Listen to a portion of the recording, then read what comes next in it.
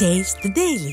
ஸ்ரீ ஸ்ரீரங்கம் ரங்கநாதர் கோவிலில் ராப்பத்து உற்சவத்தில் நம்மாழ்வார் மோட்சத்துடன் வைகுண்ட ஏகாதசி விழா நிறைவடைந்தது. ஸ்ரீரங்கம் ரங்கநாதர் கோவிலில் கடந்த டிசம்பர் 30ஆம் தேதி திருநெடுந்தாண்டகம் நிகழ்ச்சியுடன் வைகுண்ட ஏகாதசி விழா துவங்கியது. அன்று முதல் அடுத்த 10 நாட்கள் பகல்பத்து உற்சவம் நடந்தது. இதையடுத்து நம்மாழ்வாருக்கு மோட்சம் அளிப்பதுடன் வைகுண்ட ஏகாதசி திருவிழா நிறைவடைந்தது. இதில் திரளான பக்தர்கள் கலந்து கொண்டு தரிசனம் செய்தனர்.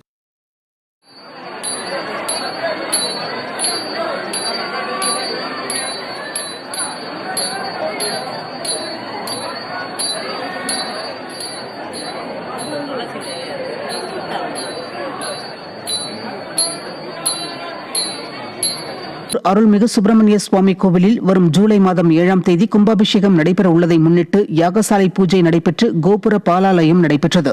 அதிகாலை 3:30 மணிக்கு கோவில் நடை திறக்கப்பட்டு விஸ்வரூப தீபாராதனையும் உதய மார்த்தாண்ட அபிஷேகமும் நடைபெற்றதைத் தொடர்ந்து கந்தசஷ்டி யாகசாலை மண்டபத்தில் யாகசாலை பூஜைகள் நடைபெற்றன.